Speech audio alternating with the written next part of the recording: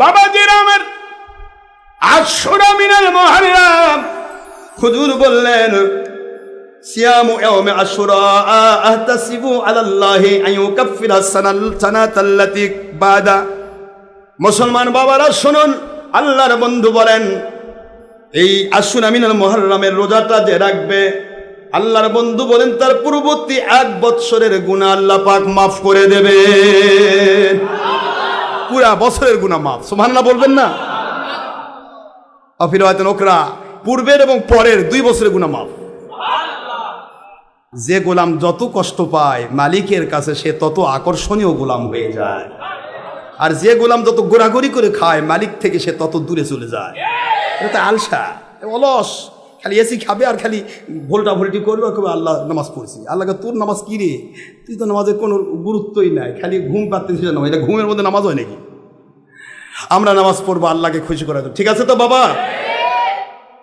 কষ্ট হচ্ছে? আমি আপনাদের কষ্ট দেব না। একটু আশুরা মিনাল মুহাররম একটু কথা বলি, বলবো? রোজা রাখতে হবে, এটা প্রত্যেক নবীর উপর ফরজ ছিল, নবী রাসূলের উম্মতের উপর ফরজ ছিল।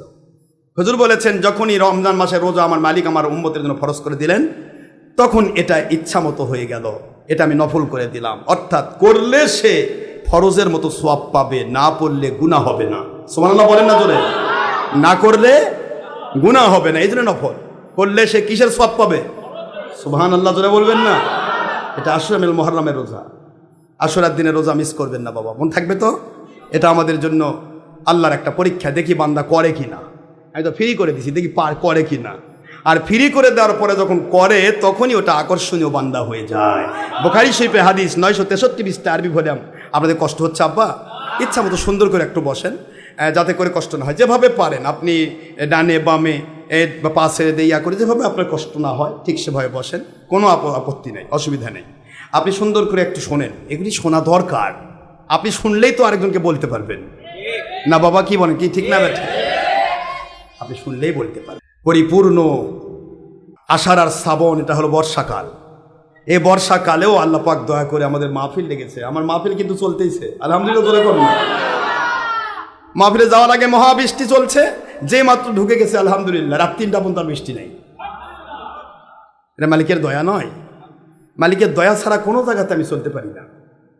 খোলা মাঠে আষাঢ় মাসে বৃষ্টি, আর আষাঢ় মাসে খোলা মাঠে, অন্য মাঝে তো তাও ছাউনি দেয়, ওই দেয়, ছানমানা দেয় শিশির থেকে বাঁচার জন্য শীতকালে। কিন্তু এখন খোলা মাঠে কোনো ছাইমানাও নেয়, মাহফিল হচ্ছে রাত 2টা-3টা পর্যন্ত। এটা আল্লাহর দয়া নয়? কথা বল। তো দয়ার উপরে চলতে হবে। মালিকের দয়া আপনি পাবেন কখন? যখন আপনি আল্লাহ পাক এবং রসুলকে মানার মতো মানবেন। আপনি আলেম হবেন, আপনি আলেম হয়ে কবরে যাবেন। ইন্নামা ইয়াখশাল্লাহা মিন ইবাদিহিল উলামা। কে কোথায় পড়েছে প্রশ্ন নয়, পড়েছে যে যেখানেই পড়ুক, সে যদি আল্লাহকে ভয় করে হারামটা ছেড়ে দেয়, নবীকে মহব্বত করে আল্লাহ এবং রসুলের মহব্বত নিয়ে যদি সে ইসলাম মানে, নামাজ রোজা হজ যাকাত সমস্ত ইসলাম মানে নেয়, আল্লাহ পাকের হাবিব বলেন ওই ব্যক্তিটা কিয়ামতে আলেম হয়ে উঠবে। সে জীবনে মাদ্রাসায় পড়ে তবু সে আলেম। আর কিয়ামত পর্যন্ত মনে জীবন বয়সটা মনে করে সারা জীবনই মাদ্রাসায় পড়েছে, ইলম দিয়ে ভরে ফেল দিছে, কিন্তু আল্লাহ এবং রসুলকে মানার মতো মানে না। আল্লাহ পাক কিয়ামতে বলবে আশরাফ সিদ্দিকী তুই তো মানিস নাই, যা চলে যা, জাহান্নামে যা। নাউজুবিল্লাহ পড়বেন না? মানতে হবে কিনা জোরে বলো? তাহলে মানার মতো মানতে হবে। বাবাজিরা আমার, আমার আল্লাহ রাব্বুল আলামিনের হাবিব বলেন সুমু ইয়াউমে আশুরা ওয়া খালিফু ফীহিল ইয়াহুদা সুমু ক্বাবলাহু ইয়াওমান আও বাদাহু ইয়াওমা।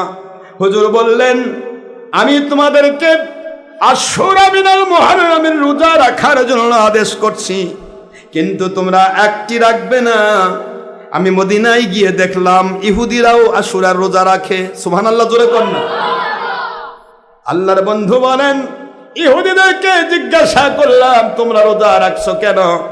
ইহুদিরা বলে নবী গো আপনার উপরে তো ওহী নাজিল হয়েছে ওয়াইদ ফারাকানা বিকুমুল বাহরা ফাআনজাইনা আনজাইনাকুম ওয়া আগরাকনা আলা ফিরআউন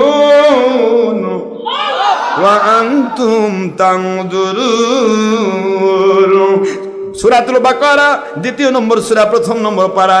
আল্লাহ পাক বলে দিলেন ওই সময়ের কথা, যেই সময়ের কথা তোমরা স্মরণ করো, ওয়াইদ ফারাকনা বিকুমুল বাহরা, তোমাদের জন্য আমি মুসা নবী আলাইহিস সালামের জন্য, উম্মতের জন্য আমি একটা নয়, দুইটা নয়, 12টা রাস্তা বানিয়ে দিলাম নীল সাগরের ভিতরে, মতান্তরে লোহিত সাগরের ভিতরে। কিন্তু 12টা রাস্তা দিয়ে তাদেরকে আমি বাঁচায় দিলাম, আর ফেরাউনের বাহিনীকে আমি ধ্বংস করে দিলাম। ও নবী মুহাম্মদ রাসূলুল্লাহ সাল্লাল্লাহু আলাইহি ওয়াসাল্লাম, এই জন্যই তো আমরা রোজা রাখি, কারণ আমাদের নবী এবং আমাদের নবীর উম্মতদেরকে আল্লাহ বাঁচিয়ে দিয়েছেন, আর ফেরাউনকে সলিল সমাধি দিয়ে কবরস্থ করেছেন।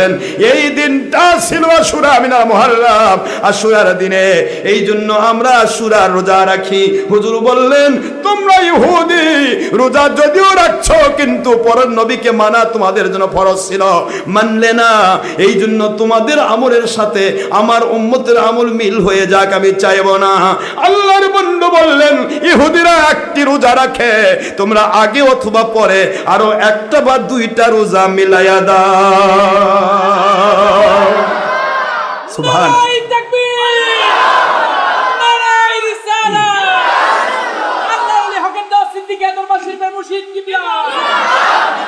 ইহুদিরা কয়টা রোজা রাখে বাবারা? আমার বাবারা বলেন কয়টা রোজা রাখে? আপনারা কয়টা রাখবেন? কমের পক্ষে 2টা বলেন, আর পারলে 3টা রাখেন, সেটা আপনার ব্যাপার। আবার কেউ কেউ এই 1 তারিখ থেকে পুরাটাই আমরা বাড়ি। আমরা অনেকে আছে 1 তারিখ থেকে পুরাটাই আমরা রোজা রাখার চেষ্টা করি, আলহামদুলিল্লাহ বলে। আর যারা পারবেন না শুধু 9 আর 10 তারিখ রাখেন, আর না পারলে 10 আর 11 তারিখ রাখেন। কি বুঝতে পারেননি? রাখবেন।